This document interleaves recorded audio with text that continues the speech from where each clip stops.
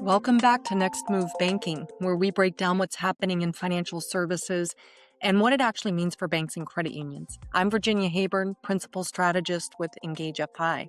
Chime just launched Chime Prime. You may have seen this headline, using rewards to win primary banking relationships. Now, Chime Prime isn't just another premium tier. It's built around a simple idea. If you make Chime your main account, they're going to reward you for it. It's a major play for primacy. We're talking cash back, high yield savings, overdraft protection, early wage access. It's all bundled together and it's designed to deepen if your direct deposit lands there. So it's not just a feature set, it's a behavior engine because whoever owns the primary account owns everything: the paycheck, the transactions, the data, and eventually, of course, the lending relationship and more. And this matters because banking relationships are shifting, and they're shifting fast. Fintechs are capturing a growing share of new checking accounts, and critically, a significant portion of newly opened accounts, over 50%, become the customer's or the member's primary account over time. Customers aren't closing accounts anymore. They're silently switching. The account stays open, the money moves, the activity moves, the relationship moves. Trillions of dollars in deposits have already migrated into fintech ecosystems. That's investing platforms, it's neobanks, it's digital savings products. So when Chime launches something like Prime, it's not just competing with your checking account, it's competing for your customers or your members' financial center of gravity. And they're doing it with something community banks and credit unions have underused for years: rewards tied to behavior. It's not just points or perks. It's real immediate value for making them the hub of your financial life. So the question is, the announcement is obvious, but what's the next move?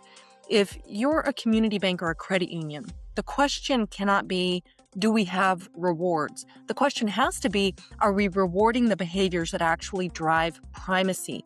Because the fintechs are, and they're getting really good at it. Here's the uncomfortable truth.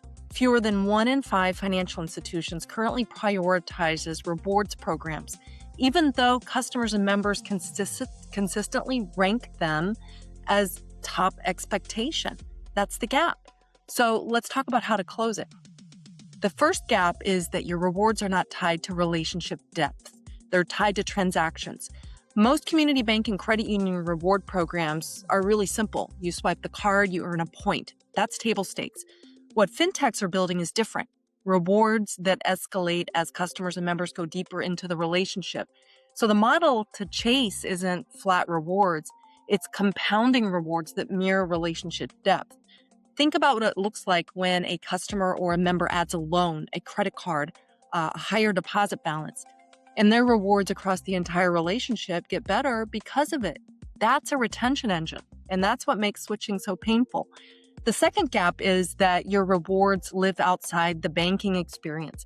So many traditional rewards programs redirect customers and members off-site, or they rely on confusing point systems. The best approaches embed cash back and rewards directly into the online and mobile banking, making them easy to explore, access, and use without ever leaving your institution's experience. Now, if your customer or member has to go to a third-party portal to redeem a reward, then you've already lost the engagement moment. The reward needs to live where the relationship lives.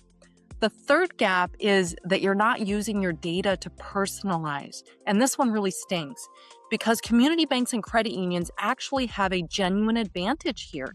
They know their customers and their members personally, but that intimacy is not being translated into reward personalization at scale. Banks and credit unions have access to incredibly rich transaction data. By the way, the fintechs would love to have it. And by pairing that data with merchant partnerships, they can deliver rewards that are relevant to each individual, not a blanket one-size-fits-all offer. Nearly a third of cardholders consider personalized rewards a need to have, not a nice to have. The strategy here is merchant-funded rewards, where local or national businesses co-fund offers in exchange for targeted reach. Your institution keeps costs down, your customer or member gets relevant value, and your merchant partner gets qualified buyers. So everybody wins. The fourth gap is that your payments experience is fragmented. Rewards are only half the story. Primacy requires that customers and members really live their financial life with you. And right now, many are leaking to Venmo, standalone Zelle apps, other apps, bill pay platforms, because the institution experience is clunky. Institutions that consolidate bill pay, peer-to-peer transfers, loan payments, account-to-account transfers into a single portal remove that friction that drives customers and members to third-party apps. More payments activity means more data. More data means better personalization. Better personalization means stronger rewards. So it's a flywheel, and it starts with fixing the payments experience. And then finally, gap number 5, you may not be picking the lane. If you're a bank or credit union, that could be an issue. It's the strategic reality that's easy to miss. The path forward for community banks and credit unions isn't really trying to own every piece of a customer's or a member's financial life. The institutions winning right now are the ones focused on clearly defined segments where they can deliver outsized value. Whether that's a specific geography, a profession, or a particular financial need, modern primacy is not about exclusivity. It's about being the financial home base.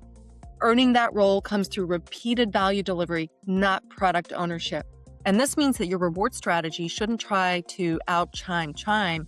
It should be built around the specific behaviors and needs of your community and deliver rewards that no national neobank could replicate because they don't know your customers and members the way you do. That's the gap.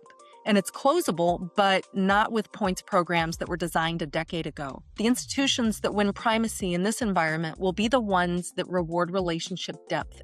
They embed value inside the banking experience, they use their data intelligently, fix the payments foundation, and go deep on a defined segment rather than spreading thin across everybody. That's it for today's episode of Next Move Banking. I'm Virginia Heyburn with Engage FI. Thanks for listening.